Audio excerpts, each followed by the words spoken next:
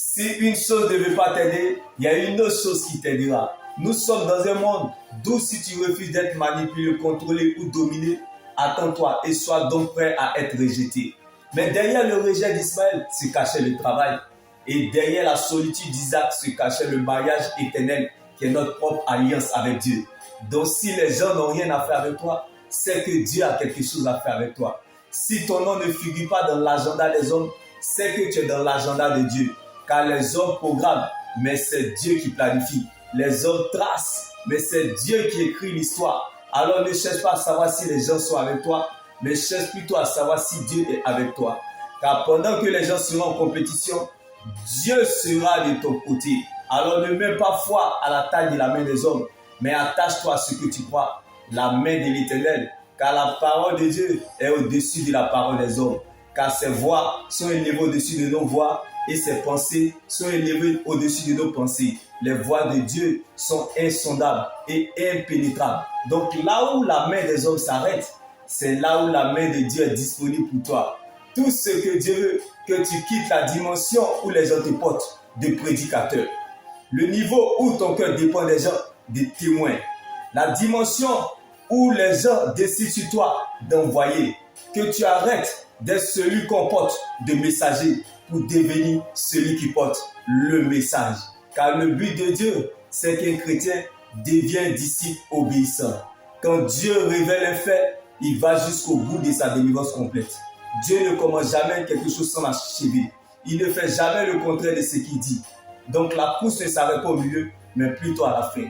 La fin d'une chose vaut mieux que son commencement. Car Jésus-Christ est la finalisation de ce qui commence. Donc laisse Dieu faire, agir et gérer à son prix, à sa vitesse et à son temps voulu. Car là où l'on s'y attend le moins, c'est là le temps voulu de Dieu. Le temps de Dieu n'est pas très long, mais très bon. Dieu n'est pas un généraliste, mais plutôt un spécialiste dans le domaine. Dieu n'est pas pressé. Dieu n'est pas rapide. Dieu n'est pas lent. Dieu n'est pas en avance. Dieu n'est pas bien-aimé en avance, mais à l'heure. Car Dieu réserve toujours une heure pour les mépriser. Je ne sais pas pour toi. Je ne connais pas ta situation. Je ne sais pas là où tu te situes. Mais dans tout ce qui t'arrive, c'est pour qu'en toi tous puissent voir ce que Dieu est capable de faire. Ne forcez jamais une porte qui est fermée. Car en forçant la porte qui est fermée, vous empêchez aux autres portes qui vous attendent de s'ouvrir. Car la porte en elle-même a deux faces. Une intérieure et une extérieure. La face de l'extérieur est plus grande que celle de l'intérieur. Donc prépare-toi, réjouis-toi, car bientôt tu casseras la démarche dans le nom de Jésus-Christ. Pour les hommes, on se prépare pour obtenir un résultat. Mais selon Dieu, la préparation est le résultat. Donc si vous n'êtes pas brisé sur la terre, c'est que le ciel n'a rien à vous offrir. Car il n'y a pas de gloire sans brisement. Si vous n'êtes pas brisé sur la terre, c'est que le ciel n'a rien à vous offrir. Ce que Dieu cherche et veut bâtir en toi a plus de valeur que ce qu'il veut te donner.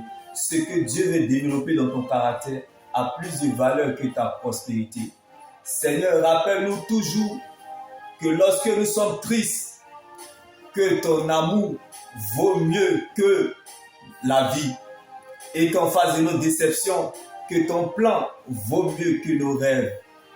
Car le seul but de notre existence, c'est ta louange et ton adoration. Un jour sans adoration est un péché. Dieu aime ton adoration quand tout va bien, mais préfère ton adoration quand tout va mal.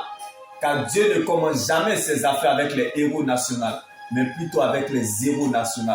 Quand on compte sur Dieu et dépend de sa parole, on ne s'attend pas à la facilité, mais on se sent à l'aise dans l'épreuve. Car l'épreuve nourrit la foi et la foi nourrit Dieu. Donc tu es la preuve de Dieu dans cette épreuve. Car la foi doit être éprouvée avant d'être approuvée. La grandeur ne surprend pas les grands. Quand nous sommes dans le malheur, nous souffrons le plus parce que nous regardons et non ce que nous voyons. Comme David dans la bataille contre Goliath. La joie de David ne dépendait pas de ce qu'il regardait, la taille de Goliath. Car Goliath était plus grand que David, mais la grandeur de David était Christ.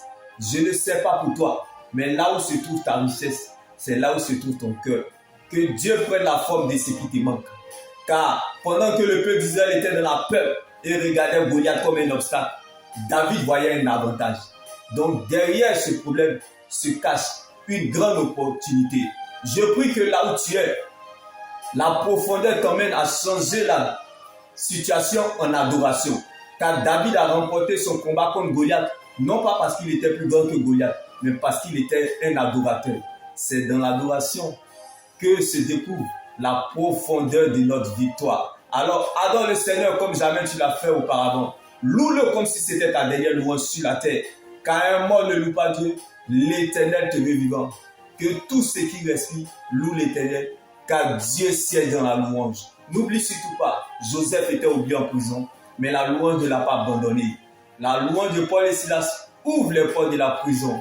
Donc, bien-aimé, la parole de Dieu nourrit notre âme, la prière nourrit notre esprit, l'obéissance accompagne la prière, la sagesse sans l'obéissance est une ruine de l'âme. Shalom. Coupé!